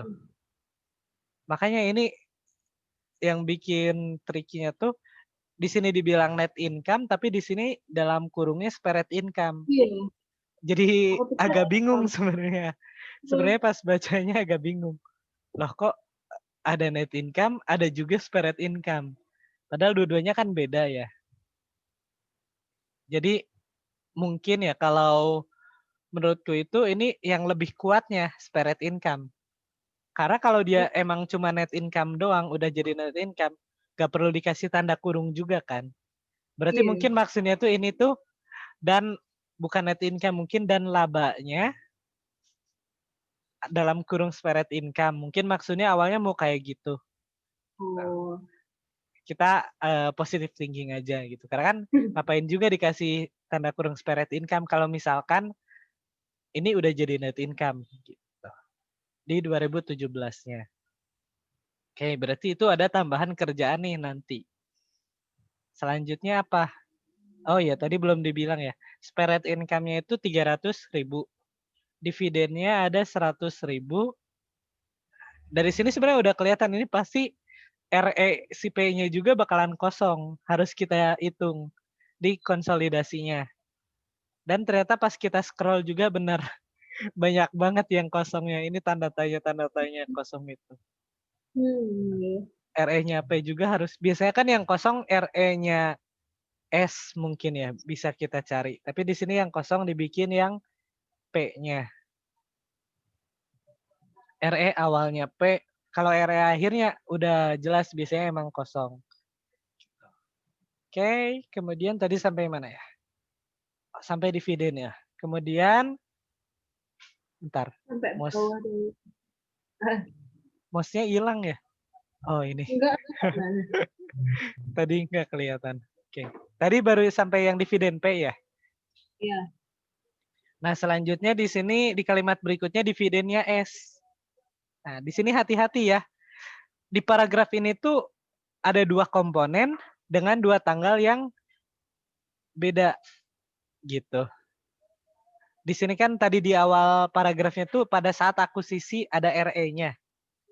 Jadi RE si P di sini tuh RE 1 Januari. Kemudian di sini ada spared income-nya. sama dividen selama 2017. Kemudian di kalimat berikutnya, selama 2017 PTS digabung gitu. Sekarang selain P ada juga informasi untuk S. Ada dividennya S 30.000 katanya. Jadi hati-hati ketukar gitu antara angka buat si S sama angka buat si P-nya gitu. Makanya kalau ujian mungkin alangkah baiknya itu pas udah baca langsung ditulis aja. Gak apa-apa. Biar nggak terlalu pusing. Tapi di sini kita sekalian aja ya. Kita beresin dulu informasinya. Oke, kemudian nah selanjutnya nah ini digabung juga nih yang bikin ngeselinnya tuh. Ada informasi tambahan tapi untuk 31 Desember 2018. Jadi untuk tahun depannya. Jadi hati-hati. Kalimat sebelumnya kan 2017. Tapi informasi ke bawahnya itu 2018 gitu. Jadi jangan salah lihat waktunya gitu. Karena ini kan 2 tahun datanya. Tapi konsolidasinya kan konsolidasi 2018. Oke, lanjut. Yang poin pertama itu terkait dengan persediaan. Katanya persediaan S itu seluruhnya dari P. Berarti ini kan downstream ya. P jual ke S. Downstream. Oke. Kemudian yang pentingnya apalagi? Marginnya. Di sini dibilang marginnya itu 25% dari harga jual. Oke. Clear? Kemudian poin kedua, selama 2018 dalam penjualan P ke S itu terdapat 300.000. Jadi di 2018 salesnya P ke S itu sebesar 300.000. Nah, berarti ini untuk salesnya, untuk nanti dikonsolidasi. Gitu. Kemudian apa? Ada sisa persediaannya. Sisa persediaannya itu katanya 75.000 yang telah selesai di 2018. Nah, jadi ini maksudnya tuh sisa 2017 dijual di 2018. Nah, kalau baca kalimat ini mungkin masih mikir, tapi gampang ya. Ini tuh realized profit dari 2017. Iya kan? Cuman kalimatnya kan dibikin ribet kan ya. Sisa persediaan. Kalau kita baca kalimat itu pertama kan sisa persediaan. Oh, berarti sisa persediaan sekarang nih buat nyari UP. Padahal kan sebenarnya itu sisa persediaan kemarin. Atau UP kemarin. Berarti kalau sekarang kan udah jadi realized profit. Gitu. Jadi di sini gimana? Itu realized profitnya di 2018 atau 2017 ya, Kak? 18. Di sini kan dibilang telah selesai dijualnya 2018. Gitu. Makanya di sini yang bikin agak trikinya itu kalimatnya. Ini sisa 2017 kan sebenarnya UP waktu di 2017 tuh. Tapi ternyata udah terjual. Bener. Udah terjual di 2018, makanya udah berubah jadi RP. Gitu. Terus di sini kan nggak dibilang sisa persediaannya terus 2018 berapa? Nggak ada kan? Kita dapatnya tuh dari sini, dari kertas kerja. Kita lihat aja inventorinya. Loh, kenapa kayak gitu? Balik lagi ke poin pertama. Bentar. Mana tadi tuh? Nah, poin pertama kan PTS semuanya dari PTP. Berarti inventory di S itu jelas pasti semuanya itu dari pembeliannya S ke P gitu. Makanya sisa persediaannya nggak dibilang di sini. Tapi kita harus lihat dari yang konsolidasi ini. Kenapa biasanya kita nggak kayak gitu? Karena biasanya S itu nggak cuma dari P doang. Biasanya kan S itu suppliernya itu ada dari P, ada dari X misalkan, ada dari Y. Makanya kita nggak bisa lihat dari yang inventory. Tapi kita harus dapat dari informasi. Nah, kalau di sini karena kasusnya itu semuanya dari P, ya udah tinggal kita lihat aja saldo inventorinya berapa, berarti ini bisa dibilang sebagai sisa persediaan yang belum terjualnya di 2018 atau dibilang UP-nya 2018 gitu. Jadi informasinya emang tersebar gitu. Ada sebagian di sini, ada sebagian di kertas kerja. Jadi harus cerdik-cerdik gitu kayak nerjemahin oh ini buat apa, ini apa. Oke. Kemudian yang nomor 4, poin keempatnya itu terkait intercompany yang aset tetap. P membeli bangunan dari S. Berarti ini apa? Upstream dan downstream. Saya membeli bangunan dari S, berarti S jual ke P upstream. Benar. Berarti ini upstream. Oke, tanggal 1 September 2017 katanya dengan harga 148, book value-nya 124. Berarti kan di sini kelihatan ada unrealized gain ya kalau nggak salah. Dijualnya kan lebih mahal. Oke, tapi itu nanti aja ya kita hitungnya. Kemudian di sini bangunannya itu masih punya 4 tahun. Oke, di sini kita kumpulin dulu informasinya dulu, nanti kita hitung sekalian aja ya. Oke, kemudian yang kelima masih aset tetap, tapi sekarang tanah. Yang beli sekarang si S. Berarti kan kalau S yang beli itu jadinya downstream, kebalikannya yang tadi. Di sini kan udah banyak dicampur-campur lagi tadi kan upstream, downstream, upstream, downstream. Jadi emang harus teliti banget gitu pas bacanya. Oke, tanggalnya tanggal berapa? 1 Juli 2018. Dengan harga 120, book value-nya 125 katanya. Oke, kemudian terakhir di poin ke-6 itu terkait obligasi. PTP beli. Berarti kalau PTP beli itu dia upstream. Berarti bisa dibilang ini zigzag ya, downstream, upstream, downstream, upstream. Iya. Gitu. Upstream berarti upstream. Ini benar-benar tipe yang ngeselin banget sih. Karena kalau kurang teliti aja dikit bisa ketuker. Gitu. Oke, di sini obligasi yang dibeli sama si P itu 40% dengan harga 82.100 katanya pada tanggal 2 Juli 2017. Nah, sebenarnya obligasi tersebut itu udah diterbitinnya tuh dari 1 Juli katanya. Dari 1 Juli 2016 dengan harga 213.500. Nah, cuman enaknya di sini udah dibilang, ini ada parnya juga kan. Terus tengah tahunan itu maksudnya semi annual atau semesteran. Terus di sini ada kupon rate-nya. Nah, di sini udah ada market rate-nya juga. Jadi kita nggak perlu interpolasi atau solve. Udah enak. Kita nggak perlu present value juga karena udah dikasih. Gitu. Sebenarnya ini pembulatan ya. Hasilnya tuh bukan 82.100 sebenarnya kalau kita hitung present value-nya cuman dibulatin aja. Jadi 82.100. Tapi ya udah kita pakai seadanya aja. Market rate, market yield itu sama aja ya kayak efektif market rate-nya. Oke, kemudian kuponnya dibayar atau bunganya dibayar setiap Januari sama Juli. Jatuh temponya itu 4 tahun. Oke, kemudian market interest rate waktu P beli itu 9%. Hati-hati ketuker ya. Market rate untuk si S sama market rate untuk si P. Gitu. Oke, nah di sini kita ganti nih sekarang. Metodenya tuh metode cost. Bukannya tadi kan dari awal sampai nomor 3 itu hampir semuanya ekuitas. Sekarang ganti metode cost. Mungkin biar nggak terlalu banyak ya, karena kan nggak perlu ngitung income from juga.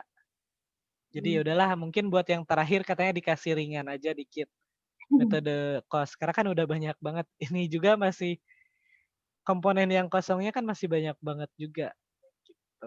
Nanti dilihat ya di sini kan ada beberapa yang kosongnya. Sekarang kita tinggal waktunya ngitung. Lumayan banyak hitungannya ya. Di sini kita scroll dulu ke atas. Nah, tapi langkahnya sebenarnya nggak beda dari biasanya ya. Masih kayak sebelum-sebelumnya. Kita akan ngitungnya tuh kayak biasa investment cost-nya dulu. Sampai mungkin udah kayak bosen banget ya. Ini kita ngitung investment cost, terus kita hitung ekuitasnya, kita hitung excess-nya juga. Langkahnya semuanya masih sama. Bentar, kok nggak bisa dihapus ya? Jadi proses-prosesnya tuh untuk yang awal-awal tuh masih sama. Biasa kan kita investment cost, tadi kan 760, kita 100%-in. Terus equity S-nya kan udah diketahui di soal. Tinggal kita jumlahin. Ketemu nanti excess-nya. Nah, terus di sini boleh mau 100% doang atau mau 80% atau mau dua-duanya, nggak masalah. Gitu. Kan kayak biasa. Cuman bedanya kan excess-nya biasanya kita bikin 1, sekarang ada 3. Nah, tadi kan excess-nya itu totalnya 150. Under value 30 buat inventory, terus under value building, bukan building, equipment ya. Equipment 50, berarti kan masih ada sisa ya. Sisanya 70 buat goodwill. Inventory kan tadi dijual 2017, equipment-nya 5 tahun. Oke, berarti kita hitung amortisasinya. Ini boleh langsung, boleh nanti juga nggak masalah. Tapi kan kalau kita pakai alur yang biasa, kita hitung di awal aja. Kita hitung amortisasinya langsung aja yang 80%. Nah, sebenarnya ini nggak terlalu butuh sih buat ngitung amortisasinya. Karena kan kita metode cost ya. Kita metode cost. Jadi sebenarnya nggak butuh-butuh banget sih. Kita kan nggak ada ngitung ini. Kita nggak ada ngitung income from. Gitu. Tapi kan nanti meskipun nggak ada ngitung income from, kita ada ngitung apa? NCI expense. Iya kan? Meskipun misalkan kita nggak ngitung ini, tapi di konsolidasi kita kan ngitung NCI expense. Yang artinya apa? Sama aja kan? Sama aja kayak ngitung income from. NCI expense kan bisa dibilang sama-sama income from. Jadi meskipun metode cost ya, ujung-ujungnya sama aja. Kita mesti ngitungnya tuh kayak metode ekuitas juga. Karena ada income from-nya itu. Kecuali kalau mau dipasrahin gitu. NCI-nya ya udahlah dikosongin. Tapi nggak boleh ya. Sebisa mungkin kita kerjain selengkap-lengkapnya. Gitu. Oke, Kak, ini jadi kita ngitung gimana? NCI expense gara-gara upstream apa emang selalu ngitungkan? Kan konsolidasi. Kita kan ngerjain konsolidasi. Di konsolidasi kan kita mau metode cost atau ekuitas kan kita ada jurnal, bentar. Nah, ada jurnal yang ini. Kita akan ngehapus NCI expense sama dividend S NCI. Ini kan mau cost atau ekuitas kan tetap ada. Nah, Tapi upstream. iya, yang upstream-nya aja gitu. Upstream Upstream-nya kan aja. Iya, berarti sebenarnya emang nggak harus semua kan? Nggak harus semua. Tapi kan amortisasi upstream. Net income upstream. Intercompany mau nggak mau kan tetap dihitung juga. Karena kan dia ada jurnalnya.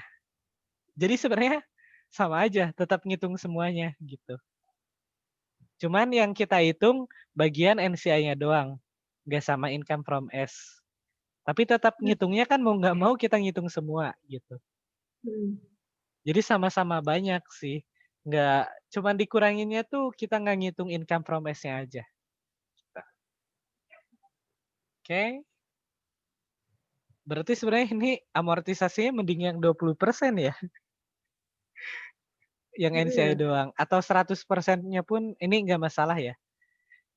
Cuman kebetulan karena udah biasanya ekuitas, jadi kayaknya waktu ngerjain, ya. Jadi malah pakai metode yang ekuitas. Gitu. Iya, apa ke bawahnya ngerjain pakai ekuitas? Bentar kita cek dulu. Oh enggak, pakai kos kok. Ini ada RE. Udah bener. Cuman pas di awal ngitungnya kayaknya masih kebiasaan ekuitas, jadi tapi intinya sama aja kan. Amortisasi kita tinggal kayak biasa. Inventory 2017 kan. Berarti kita hapus semuanya di 2017.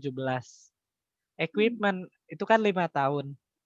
Berarti kan kita bagi aja. Dia kan belinya 1 Januari, berarti pasti sama. Mau 2017, mau 2018 pun sama. Kita tinggal bagi aja kan 50/10. Berarti kan nanti 5 per tahun. 5.000 per tahun tinggal kaliin. Kalau NCI berarti kan 20% ya. Gitu. Oke. Terus buat saldo RES-nya kita harus update juga kan. RE-nya itu kita update, bukan kita update RE-nya. RES kan udah diketahui ya. Yang 1 Januari 18 sama 1 Januari 2017. Yang 2018 ini kan ada di kertas kerjanya. Yang 2017 itu ada di soalnya tadi. Nah, buat apa sih kita ngitung ini? Kita butuh nyari net income-nya. Net income 2017. Sebenarnya bukan net income, sorry, salah ngebold. Yang kita butuhkan tuh ini, dividen sih. Iya, ini karena kelupaan, sorry ya. Di boldnya malah yang net income. Ini karena keingetnya tuh ngerjain yang ekuitas. Kalau ekuitas kan kita harus nyari income from S-nya. Ya. Karena kan, iya, net income-nya si P kan kita tambahinnya tuh ke income from S. Kalau ekuitas. Tapi kalau ini kan metode cost, jadi ya udah langsung dari dividennya. Ini karena kelupaan kayaknya malah pakainya yang ekuitas gitu kepikiran. Jadi kita malah nyari net income-nya. Padahal kan nggak kepake juga net income-nya si S 2017 tuh. Tuh. Oke. Kita yang pentingnya tuh kan dividennya. Dividennya itu kita pakai buat apa? Buat nyari saldo RE awalnya si P yang 1 Januari 2018-nya. Kita kan baru tahu yang 2017. Tadi kan 500.000. Terus parent income-nya katanya 300.000, dividennya kan 100.000. Nah, kita tinggal tambah dividen income. Kita tambahin dividen income, sama ada satu lagi, interest income. Loh, kok ada 2? Nah, kalau kita lihat, tadi kan investasinya itu bukan cuma di saham, tapi ada di bonds juga. Jadi income-nya itu kan ada berupa dividen dari saham, sama ada interest dari si bonds-nya. Bonds-nya kan kebetulan 2017 dia belinya. Jadi waktu ngitung RE-nya itu, biasanya kan kita, ngitung net income-nya itu kan biasanya kita langsung aja cuman spread income atau operating income ditambahin sama dividen income-nya aja. Biasanya kan kayak gini. Tapi karena sekarang ada bonds, kita tambah interest income atau interest revenue. Tergantung pakai istilah yang mana gitu. Kenapa? Karena kan dividen income itu cuman melambangkan investasi dari sahamnya doang. Sedangkan kita juga kan dapat juga dari yang bonds. Gitu. Jadi kita masukin 2 ini, tambahinnya. Gitu.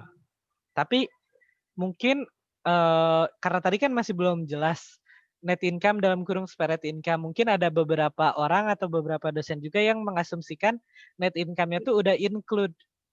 Udah include 2 hal ini. Bisa jadi juga. Cuman kita asumsinya ya, kita di sini pakai asumsi aja. Kita asumsikan si spread income-nya tuh ini cuman sales dikurangi expense doang. Iya. Berarti kan yang 2 hal ini belum dapat nih, belum kita masukin. Karena kan yang 2 hal ini tuh biasanya kita masukin itu ke other income and expense. Biasanya kita masukin ke sini. Kalau di laporan laba ruginya tuh ke other income and expense. Sedangkan operating income kan ada di atasnya gitu. Baru kita tambahin ke sini. Baru ketemu net income. Kayak gitu. Kita asumsiin kayak gitu ya. Makanya di sini kita tambahin dividen income. Baru ketemu RE akhirnya. RE akhir 2017 atau RE awal 2018. Nah, yang ini tuh kita pindahin ke kertas kerja tadi. Kertas kerja yang kan masih ada yang kosong nih.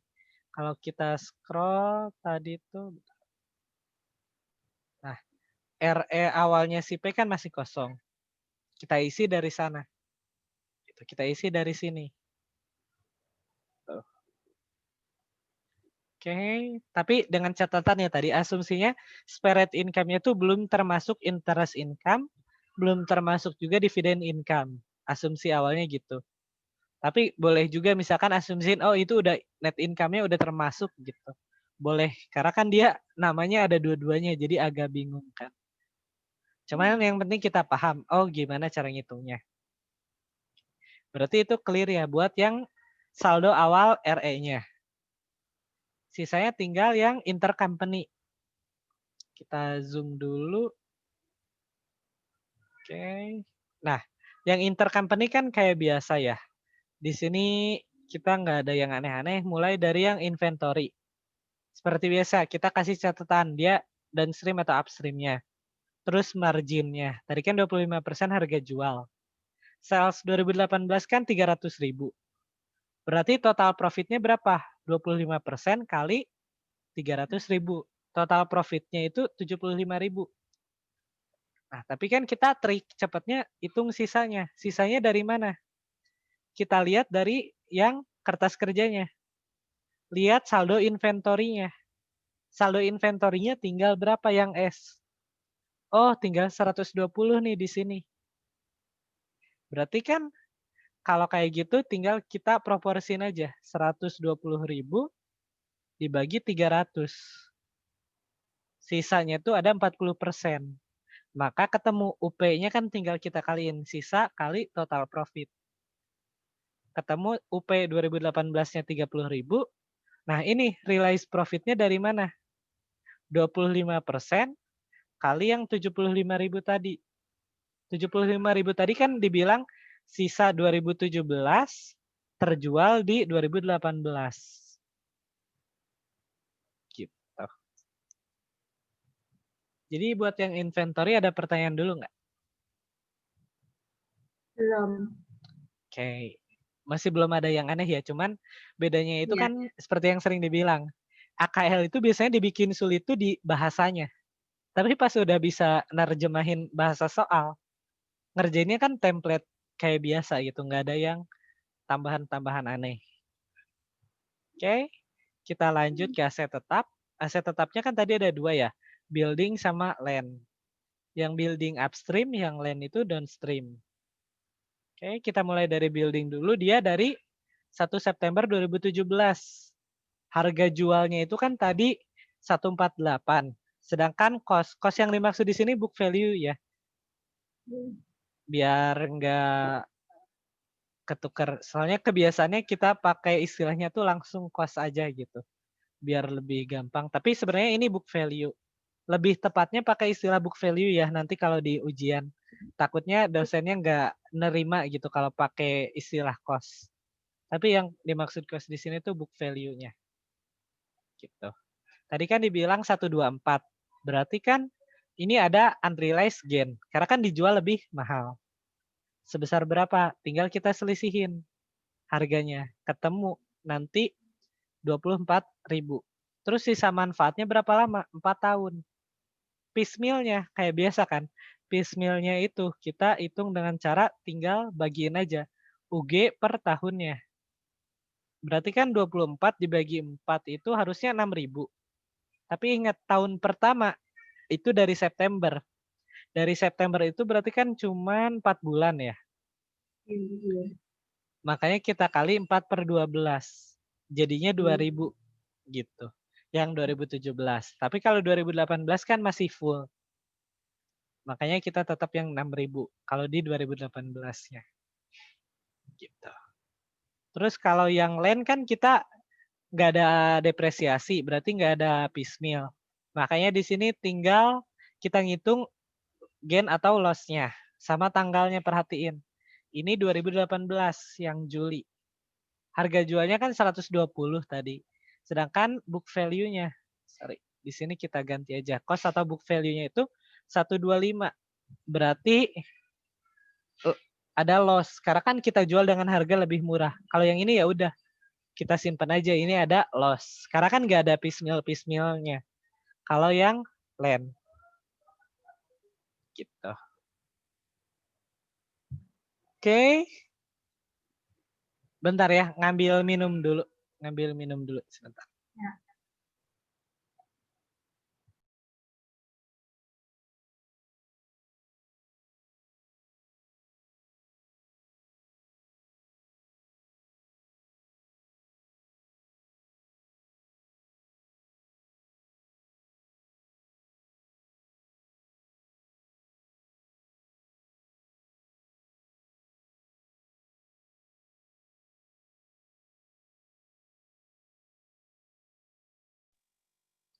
Oke, gimana buat yang aset tetap ada pertanyaan nggak?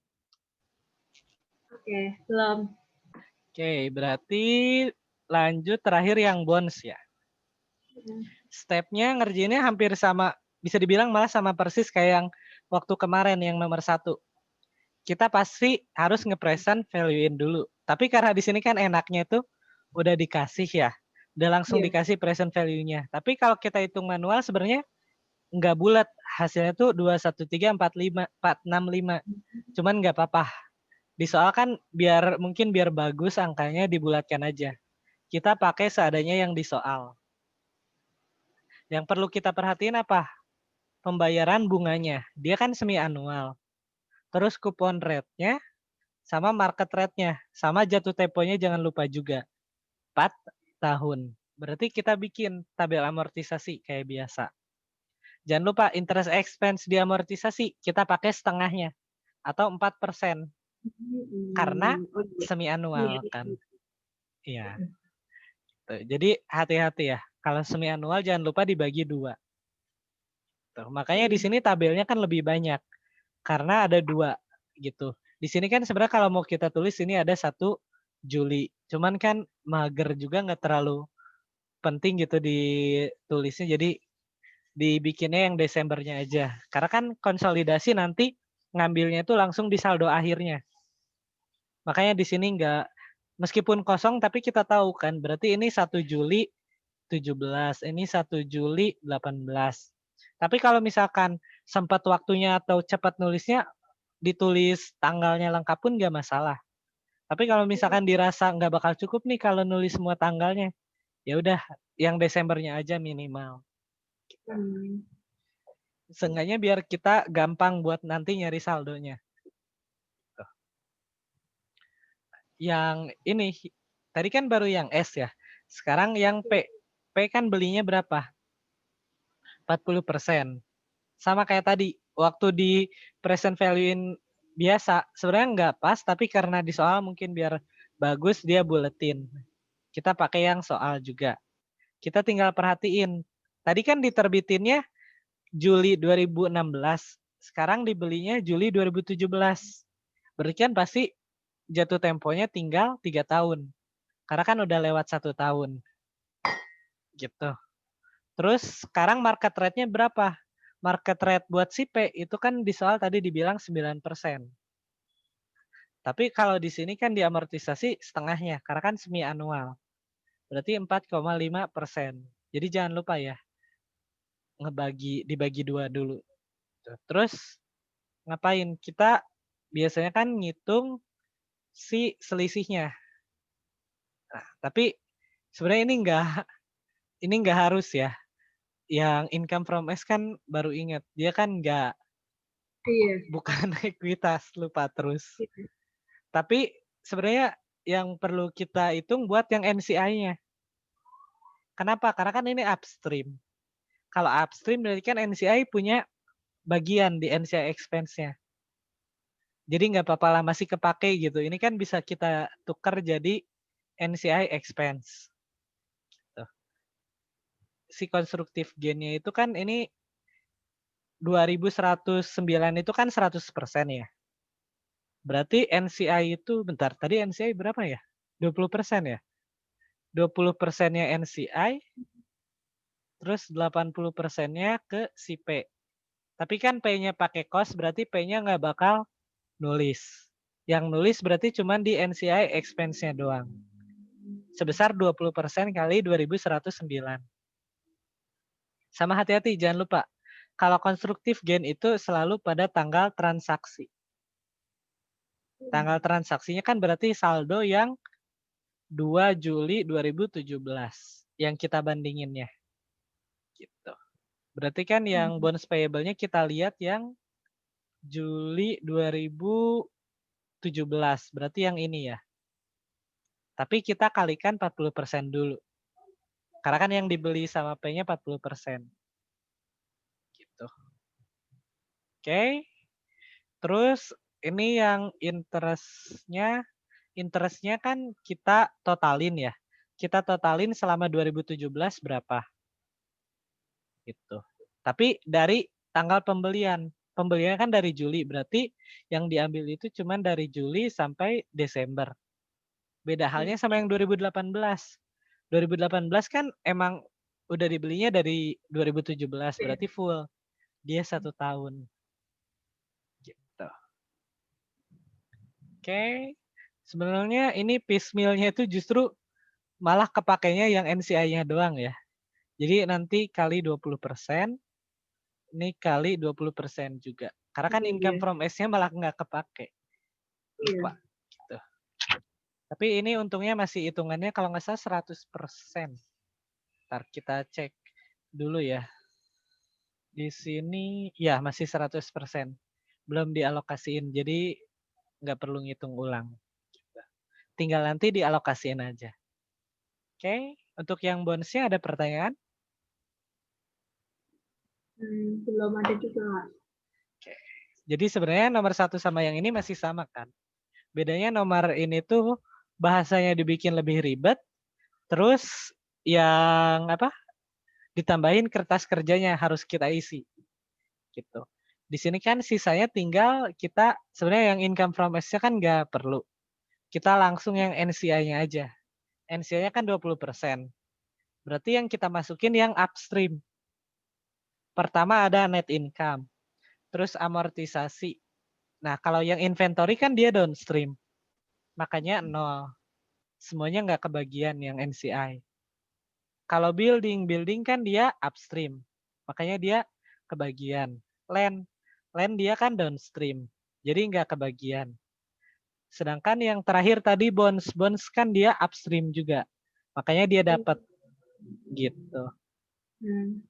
Nah, jadi terus jangan lupa ini karena 2 tahun hati-hati salah penempatan. Mana yang 2017, mana yang masuk ke 2018. Gitu. Jangan sampai ketukar. Soalnya kemarin waktu ngerjain sempat ketukar juga ada yang harusnya di 2018 malah di 17. Karena kan saking banyaknya kadang jadi kurang teliti. Gitu. Oke. Nanti kan tinggal yang kita ambil kan cuman ini hasil akhirnya. Oke. Sampai sini kan masih sama ya. Masih sama, terus saldo ini sebenarnya nggak harus juga. Nih kelupaan ngapain kita ngitung saldo investment. Metode cost kan saldonya ya udah awalnya 760 berarti sampai akhir 760. Makanya kayak pas sudah ngerjain mau ngisi worksheet lihat kok ada dividen income. Oh iya, ini metode cost gitu. Jadi kayak oke. Ini bonus aja ya di Excel-nya. Kalau nanti misalkan mau bikin versi ekuitasnya kan udah nggak perlu ngitung, tinggal ganti di jurnal sama kertas kerjanya dikit. Jadiin income from S. Oke, berarti yang kepake itu sebenarnya cuma yang NCI ini. Tapi ini pun sebenarnya nggak perlu kita hitung, nggak masalah. Tinggal nanti aja lihat di apa namanya di jurnalnya. Di jurnalnya kan kita tinggal jumlahin aja. Ini cuman opsional aja ya. Nggak perlu kita hitung pun nggak masalah. Apalagi kalau waktunya kan biasanya soal terakhir mepet. Mending ambil yang pentingnya dulu. Ini kan nggak penting yang 2 ini. Jadi tinggal dari jurnal kan bisa juga. Makanya kita langsung fokus ke sisanya itu berarti kan tinggal kertas kerjanya sama jurnalnya kan. Nah kertas kerjanya itu kan yang kosong tuh tadi ada, bentar, kalau nggak salah masih ingat kita kasih warna aja ya. Kita kasih warna kuning. Yang ini ya. Terus ini gross profit-nya. Ini bukan, sebenarnya di sini kan namanya apa ya aneh. Gain or loss on CRB. CRB apaan gitu kan. Itu maksudnya gross profit ya Kak? Sebenarnya bukan gross profit sih istilah yang benarnya. Karena kan ada interest income, ada dividend income juga. Jadi ini tuh sebenarnya hitungan kayak profit sebelum dikurangi expense lainnya gitu. Jadi makanya nggak tahu istilahnya apa sih yang benar. Cuman karena ya udahlah biar nggak ribet di sini intinya sama disimpan. kayak gross profit kali ya Kak? Iya mirip. Bedanya kan gross profit nggak masukin ini dividen income sama interest. Iya. Gitu. CRB soalnya nggak tahu juga apa itu singkatannya, lupa. Tapi ya udahlah abaikan aja. Yang penting itu kan pokoknya selisihnya. Selisih yang ini income-nya dikurangi COGS. Terus yang kosong tuh tadi interest expense ya, kalau nggak salah interest expense-nya punyanya S kosong. Ini kan kita ambil dari mana? Dari tabel amortisasi yang ini. Interest-nya. Tapi hati-hati ya, yang interest expense dimasukin di sana bukan dari hitungan piecemeal, tapi totalnya. Totalnya si S berapa? Kalau yang hitungan piecemeal kan di sini cuma 40% kan interest expense-nya. Tapi kalau yang di kertas kerja, ini kan bukunya si S. Jadi ambilnya yang 100%. Hati-hati ya, jangan ketuker yang dimasukinnya. Gitu. Oke, net income-nya kan tinggal kita jumlah. Ini masih kosong kalau nggak salah. Terus RE awalnya P, tadi kan kosong juga ya. Itu kan tadi udah kita hitung di awal. Terus yang kosong tuh ini, RE akhir kan tinggal hasil penjumlahan. Terus cash kan sisa. Hampir semua soal konsolidasi atau kertas kerjanya itu pasti kosong cash-nya. Buat sisa dari totalnya nanti. Terus interest receivable itu kosong kalau nggak salah. Ini kita lihat dari amortisasi tadi. Tadi kan bunganya dibayar 1 Januari sama 1 Juli. Berarti di 2018 yang belum dibayar yang mana? Cuman yang terakhir. Yang Desember. Kenapa? Karena kan yang Juli udah dibayarkan pasti. Yang Desember kan dibayarnya 1 Januari. Makanya masih ada interest receivable. Tuh. Terus yang kosong tuh ini ya. Investment in bond sama investment in S. Ini kan tinggal lihat dari amortisasi juga. Masukin aja saldo 31 Desembernya. Tuh. Kalau investment in S kan metode cost. Tadi lupa ngapain ngitung saldonya. Langsung aja kan, itu dari soal. Oke, terus yang total aset ini kita ambil nanti hampir selalu sama sih, pasti kita ambil dari total ekuitas sama liabilitas dulu. Karena kan nanti ini tuh ada cash kan, cash-nya kosong, nggak bisa kita hitung. Nah, sedangkan yang komponen liabilitas sama ekuitas ini kan udah full. Kalau nggak salah udah full ya. Atau ada yang masih kosong ya. Oh ini ambil dari atas ya. Yang RE akhir itu ambil dari yang hitungan tadi. Jadi biasanya kita hitungnya tuh yang liabilitas sama ekuitasnya dulu. Ini kan udah penuh nih datanya. Kita hitung. Nah si totalnya kita pindahin. Makanya di sini rumusnya yang total aset kita ambil dari yang total liabilitas sama ekuitas. Gitu. Biar nanti kita bisa ngitung. Yang cash-nya itu selisihnya. Selisih semua aset kecuali cash. Karena dia biasanya jadi akun penyeimbang gitu kasarnya tuh. Sisanya. Jadi kurang lebih kita tinggal mindahin angka sih. Angka dari hitungan kita sebelumnya. Sama mungkin ini kan kayak tinggal tambah kurang. Net income kan tinggal kurangi semua expense-nya tadi. Habis diisi yang kosongnya kita tinggal ke yang jurnal. Nah, jurnal seperti biasa. Seperti yang udah kita bahas sebelumnya. Dia udah bentuknya template. Jadi kalau udah, yang penting udah paham angkanya pakai yang mana, itu gampang. Yang pertama kan, sama hati-hati, ini konsolidasi 2018 ya. Jangan ketuker angka yang dimasukinnya. Gitu. Berarti kan di sini yang 3 jurnal pertama itu untuk yang inventory. Kita kan selalu diawali dengan sales. Hapus sales kan tinggal debit. Kredit COGS. Angkanya kan sebesar salesnya. Terus yang kedua tuh adjust inventory atau hapus unrealized profit-nya. Inventory-nya kita kredit, karena kan kemahalan tadi. Angkanya sebesar berapa? Sebesar UP di 2018-nya. Tuh. Terus yang ketiga atau terakhir, kita ngakuin realized profit-nya. Nah, karena kita pakai metode cost, maka kita debitnya RE. Biasanya kan kita debitnya tuh investment in S. Tapi karena di sini pakai cost, jadinya pakai RE. Terus ini kan downstream ya. Jangan lupa. Kalau downstream itu kan semuanya di Oh iya. P. Tapi kalau Oke, upstream kita tambah NCI. Gitu. Oke. Ini udah gampang banget kan jadinya kalau udah paham sebelumnya. Karena emang template banget gitu. Apalagi kalau kita pakai judul gini kan, kalau lupa misalkan, oh tahu, nggak perlu nge-scroll rumusnya, udah tahu, oh ini angkanya angka realized profit, ini angka sales, ini angkanya UP. Gitu. Oke, selanjutnya yang ini tuh untuk yang tadi tuh building ya. Untuk yang aset tetap buildingnya. Yang pertama, kita akan ngehapus gain sama adjust asetnya. Ini kan tahun kedua ya. Tahun kedua itu cara gampangnya kita isi dari yang building dulu. Kita isi buildingnya itu pasti kan sebesar unrealized gain atau loss-nya. Nah, terus kita yang kedua setelah building itu isi akumulasi depresiasi. Kita isi akumulasi depresiasinya. Ini tuh sebesar piecemeal recognition. Piecemeal recognition yang tahun sebelumnya. Berarti piecemeal 2017. Akumulasi ya. Sorry. Akumulasi piecemeal tahun sebelumnya. Ini kan pertamanya 17. Berarti 17 aja.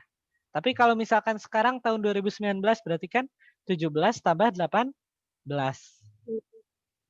Gitu. Intinya akumulasi tahun-tahun sebelumnya gitu. Tapi kenapa 18 nggak masuk ya, Kak? Kan itu 2020. Nah, kan dibilang tahun sebelumnya. 18 tahun sebelumnya atau tahun sekarang? Oh iya, tahun sekarang. Nah, Itu tahun berarti masuknya ke jurnal yang ke 5. 5. Nah, gitu. Kalau yang tahun sekarang tuh masuknya ke jurnal ke-5. Jadi beda sendiri. Kenapa? Karena kan kalau tahun berjalan, kita masih akuin expense-nya. Masih ada akun expense-nya. Gitu. Jadi kita hapus expense-nya dulu di sini. Jadi kalau 2019 jadinya 8.000. 2019 yang ininya, yang jurnal keempat ya. Ya. Jadi 8.000. Karena kan 17 tambah 18. Gitu. Oke. Nah, berarti udah kan nih. Udah ngisi 2. Nah, kita selisihin. 24 dikurangi 2.000. Berarti kan sisanya berapa? Sisanya 22 ya? Nah, si 22-nya ini kan upstream. Upstream, ya udah tinggal kita alokasiin aja. P itu 80%, NCI-nya 20%. 80 kali 22. Tinggal alokasiin aja, kayak gitu. Jadi urutannya tuh, kalau mau gampang dari asetnya dulu, terus akumulasinya atau PR-nya, baru kita alokasiin sisanya. Gitu.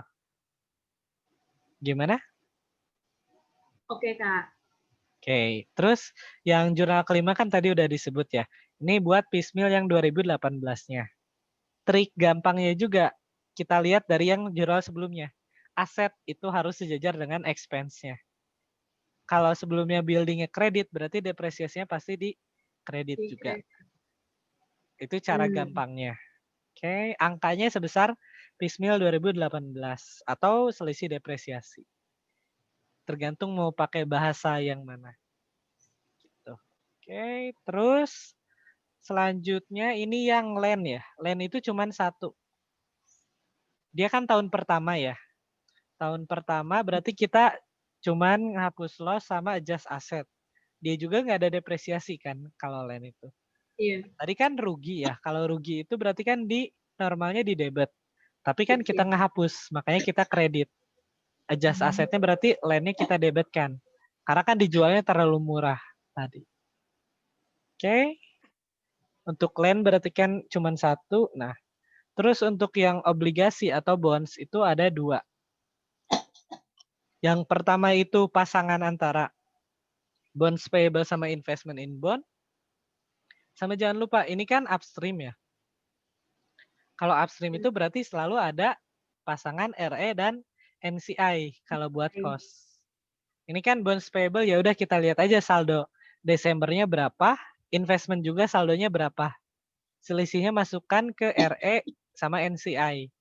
Diproporsiin. Kalau yang jurnal ke-8, pasangan interest, expense, dan revenue atau income. Sama kayak tadi, karena upstream, selisihnya nanti kita alokasiin ke RE dan NCI. Gitu. Oke. Itu untuk yang bonds. Gimana? Ada pertanyaan dulu? Oke, belum, Kak. Oke, selanjutnya, nah kesananya yang jurnal-jurnal biasa. Kita kan ngehapus dividen income, karena kan metode cost. Metode cost berarti kan yang adanya cuma dividen income. Terus kita hapus NCI expense. Ini kan udah kita hitung di atas, jadi kita tinggal mindahin angkanya aja. Kemudian ada ngehapus equity awal. Hapus equity awal sama catch up. Nah, ini sengaja dibikin deketan. Kenapa? Karena biar ada trik kita kan. Trik ngitung catch up-nya yang gampang kan kita tinggal cari aja yang di equity awal dikurangi yang saldonya gitu. Equity awal itu kan di sini kita hapus di debitnya itu semua equity awal. S termasuk excess-nya kita munculin, baru kita alokasiin ke investment 80, ke NCI 20 kan. Nah, buat catch up-nya itu tinggal lihat di equity awal tadi berapa. Di equity awal kan saldonya 806.400. Padahal kan saldo investment cost kita kan kalau cost nggak berubah ya, 760. Kita selisihin aja.